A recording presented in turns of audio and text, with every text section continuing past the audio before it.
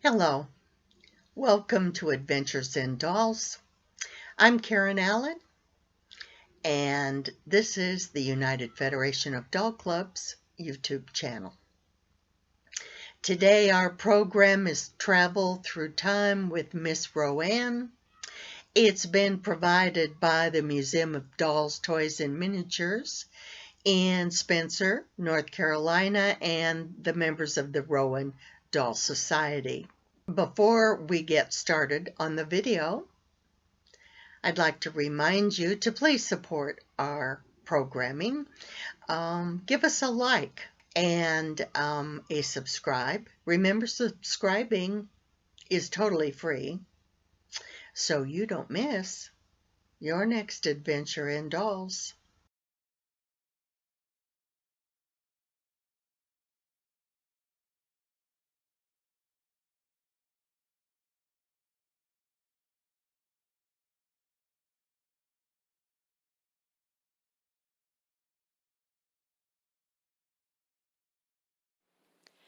This display comes to you from the Rowan Doll Society, who meet once a month in Salisbury, North Carolina, and from the North Carolina Museum of Dolls, Toys, and Miniatures, located in Spencer, North Carolina. The Piedmont of North Carolina has a rich past, whose stories need to be discovered and told. The first Europeans who settled in the area risked their lives to journey to the Piedmont during the first part of the 18th century. The area had been home for 8,000 years to several groups of Native American Indians, including the Guattari and Sapona tribes. Eventually, these tribes merged to become the Catawbas and settled in Upper South Carolina. They left behind paths that were originally used for hunting and trading. Over time, these paths became a road system of travel by pioneers who used what they called the Great Wagon Road from Pennsylvania to North Carolina in search of new homelands. They found conditions ripe for planting in the mostly unoccupied area of central North Carolina. From the banks of the Yadkin River, the land had rich soil, forests, granite supplies, and precious water. A steady influx of English, Scotch-Irish, and German immigrants arrived in the mid-1700s and settled in what is now called Rowan County. A courthouse was built first, and the town of Salisbury, named after Salisbury, England, grew around it.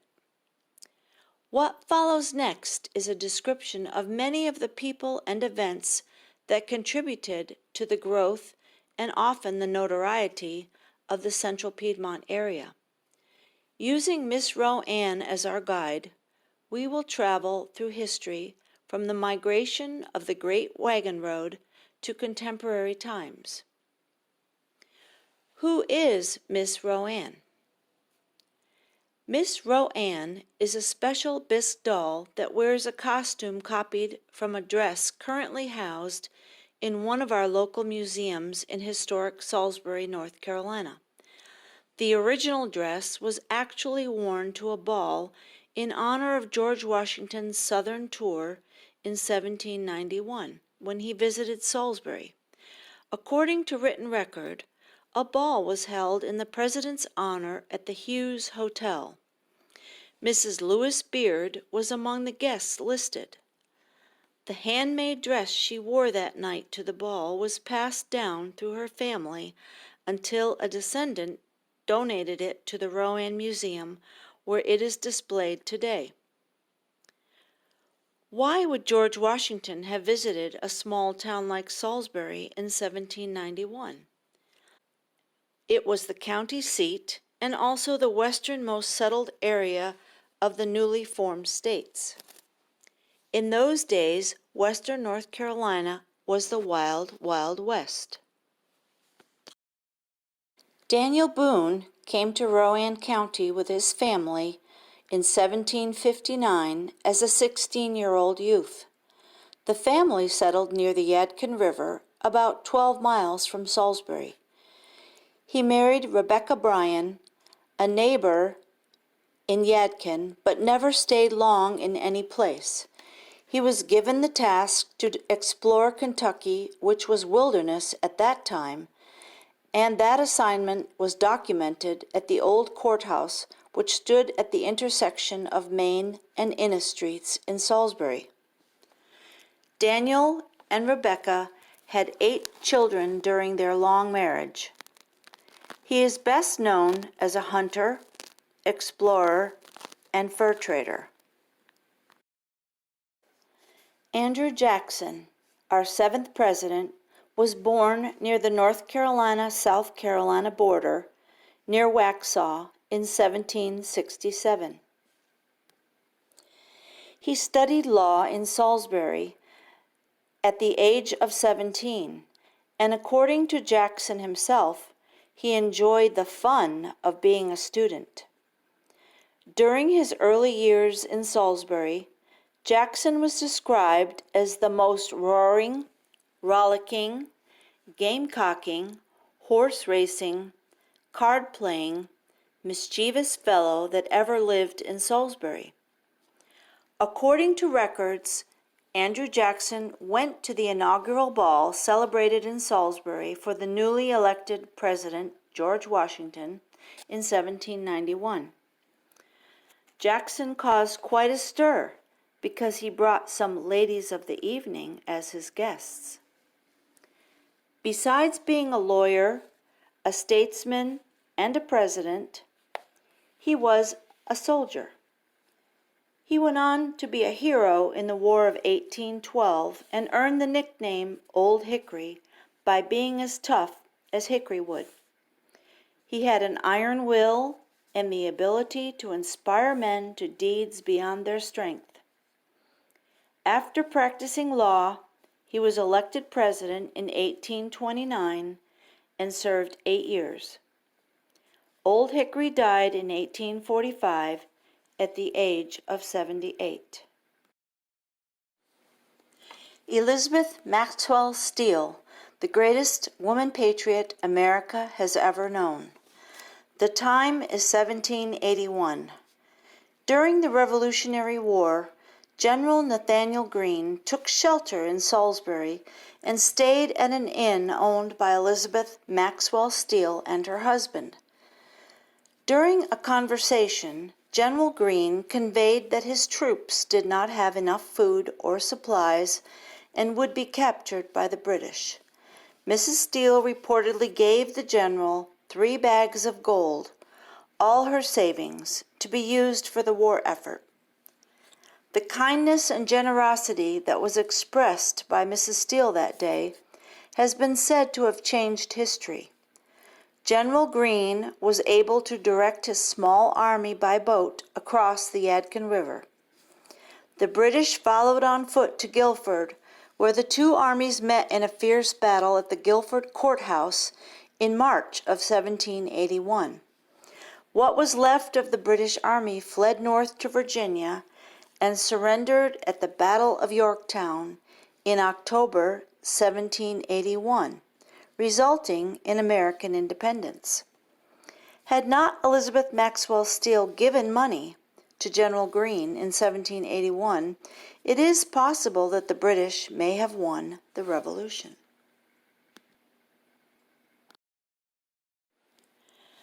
Let's travel forward to the mid-late 1800s.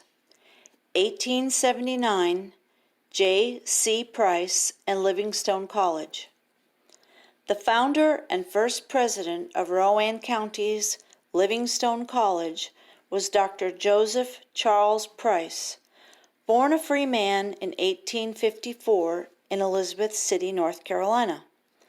Price was valedictorian of his class and prepared for ministry in the AME Zion Church.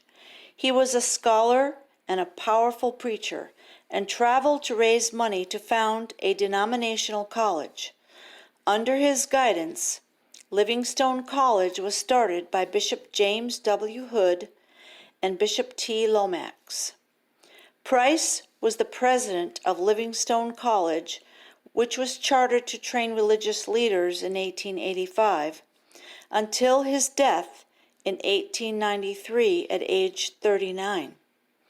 The college continues into the 21st century and has produced a seminary that now runs independently from the college. Gold Hill. Many people know that gold was discovered in 1799 in Cabarrus County at the farm of John Reed. It is known as the Reed Gold Mine. In 1842, a large vein of gold was discovered in the eastern part of Rowan County. The mining camp became a thriving town of Gold Hill, with $3 million of gold taken from the area of about 3.5 square miles. Those 19th century mines were the richest and most productive gold mines east of the Mississippi River. In its heyday, Gold Hill had 23 mines and 3,000 people, many more than the Charlotte, North Carolina area. The Civil War and the California Gold Rush interrupted the gold mining, and the mines ultimately closed in 1907. Gold Hill is currently a small, historic village. Major John Mertz was billed as one of Salisbury's biggest and smallest celebrities. At 46 inches tall and 60 pounds, John Mertz made his name as a circus midget in the heyday of the big tops. Originally from Austria-Hungary, he came to America and toured with several circus companies in the latter half of the 19th century. He met and married his wife, Maria Nail of Davie County, North Carolina, who was 36 inches tall and also a circus performer. She was the smallest woman in the world. They were married in a splashy circus wedding that was a huge event. They spent their off-season in Salisbury, and when they retired, they moved to Salisbury permanently to live until she died in 1920 and he died in 1938. They are buried in a local cemetery. Everybody loves a circus. From 1910 to 1919, the Sparks Brothers Circus called Salisbury home for the winter. John Sparks founded the circus and decided to bring it to the area because of the mild winter weather, railroad lines, and large fairgrounds. Even after it stopped wintering in Salisbury, the circus returned for shows. Its last performance in Salisbury was in 1947, when it was owned by Ringling Brothers. Samuel Spencer was an American civil engineer, businessman, and railroad executive born in 1847. He spent his career with railroads and eventually became president of 6 railroad companies and was a director of at least 10 railroads. He was unfortunately killed in a train wreck in Virginia in 1906, but is known as the father of the Southern Railway system. After his untimely death, 30,000 Southern Railway employees contributed money to pay for a bronze statue of Spencer by sculptor Daniel Chester French, who is also the sculptor of the Abraham Lincoln statue in Washington, D.C. The bronze statue of Spencer is now located in Atlanta's Terminal Station. The town of Spencer, North Carolina, near Salisbury, incorporated in 1905, is named in his honor. The Transportation Museum is located in Spencer, North Carolina. The North Carolina Transportation Museum is located on the site of what was once Southern Railway Company's largest steam locomotive servicing facility. J.P. Morgan, Southern's owner, chose the site in Spencer because of its location midway between the railroad's major terminal points of Washington, D.C. and Atlanta. Construction began in 1896, and the area was named in honor of the first president of the Southern Railway, Samuel Spencer. The yard remained open until the late 1970s.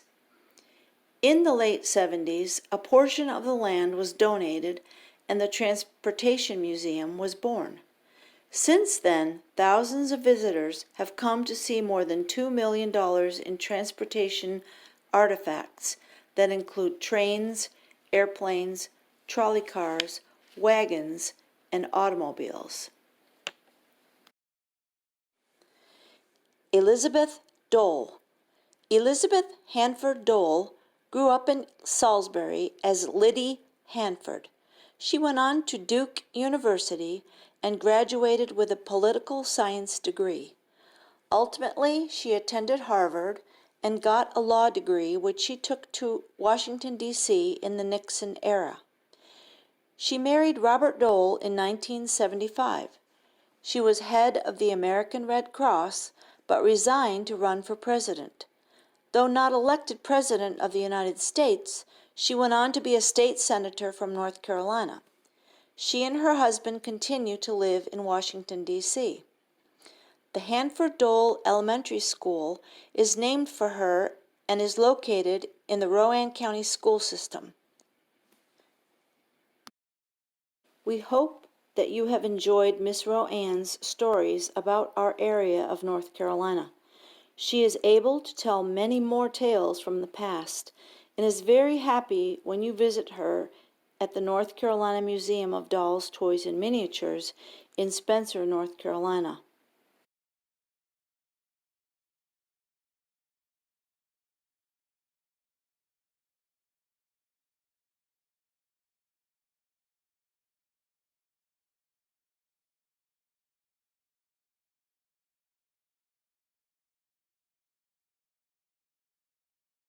Welcome back. We hope you enjoyed the program. We'd like to thank creative designer and director Kathy Gregg for providing us with this exceptional program.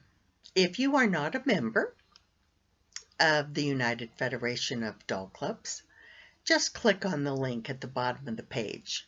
Become a member. See how fun it is.